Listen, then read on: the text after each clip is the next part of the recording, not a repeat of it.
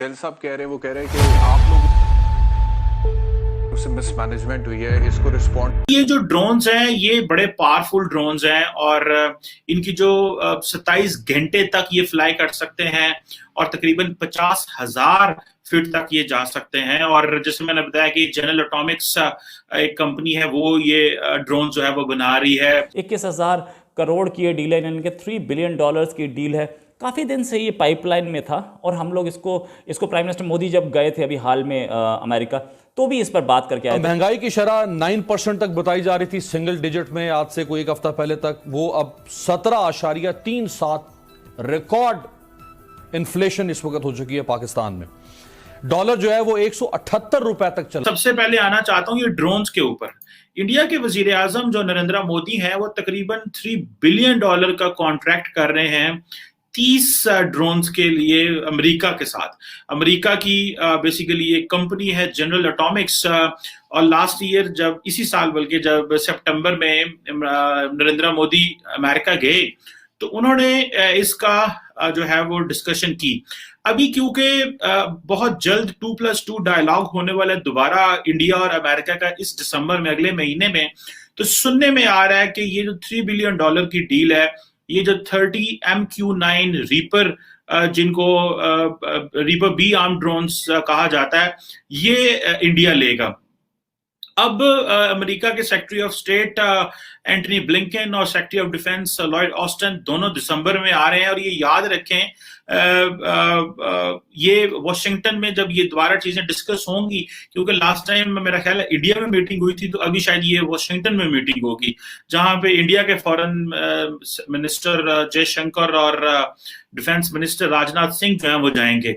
अभी ये जो ड्रोन्स हैं ये बड़े पावरफुल ड्रोन्स हैं। और दोस्त यहाँ पे एक बात मैं बताना चाहूँगा, ऐड करना चाहूँगा। अभी तक पाकिस्तान को लग रहा था कि अमेरिका भारत के ऊपर सैंक्शन लगाएगा, क्योंकि इंडिया ने S-400 मिसाइल रसिया से खरीदा है और जो भी देश ये एक बार करता है तो उस पर सैंक्शन ज़रूर लगाता था अमेरिका का ये इतिहास रहा है। लेकिन अभी जो है पाकिस्तान सोच रहा था कि भैया अमेरिका सैंक्शन लगाएगा, उसके बाद धीरे धीरे बातें उठनी शुरू हुई कि नहीं लगाएगा, और अभी अमेरिका लगा भी नहीं पा रहा है। एंड दूसरा झटका पाकिस्तान के लिए यही है कि अमेरिका से भी बहुत बड़ा डील भारत कर रहा है। अब बताओ, जो देश अमेरिका से डील करेगा उस पे सैंक्शन कैसे अमेरिका लगा सकता है? अगर लगाएगा तो रिश्ते खराब होंगे।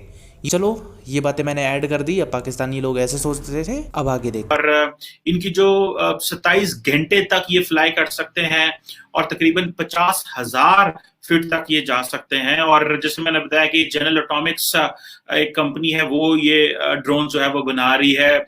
ये इंटेलिजेंस पर्पसेस के लिए, सर्वेलेंस के लिए और बहुत सारी चीजों के लिए इस्तेमाल किए जाएंगे। अभी अगर देखा जाए, मैं एक रिपोर्ट देख रहा था सिपरी की, उसमें ये आ रहा था कि जो दुनिया की जो टोटल ड्रोन सेल है उसमें इंडिया जो है वो 3rd लार्जेस्ट इंपोर्टर है यूएवीज का।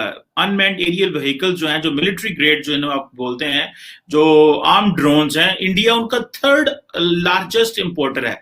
यानी कि जो टोटल दुनिया की जो सेल हो रही है ड्रोन्स की, उसका 6.8%, ऑलमोस्ट 7% जो ड्रोन्स है वो इंडिया खरीद लेता है।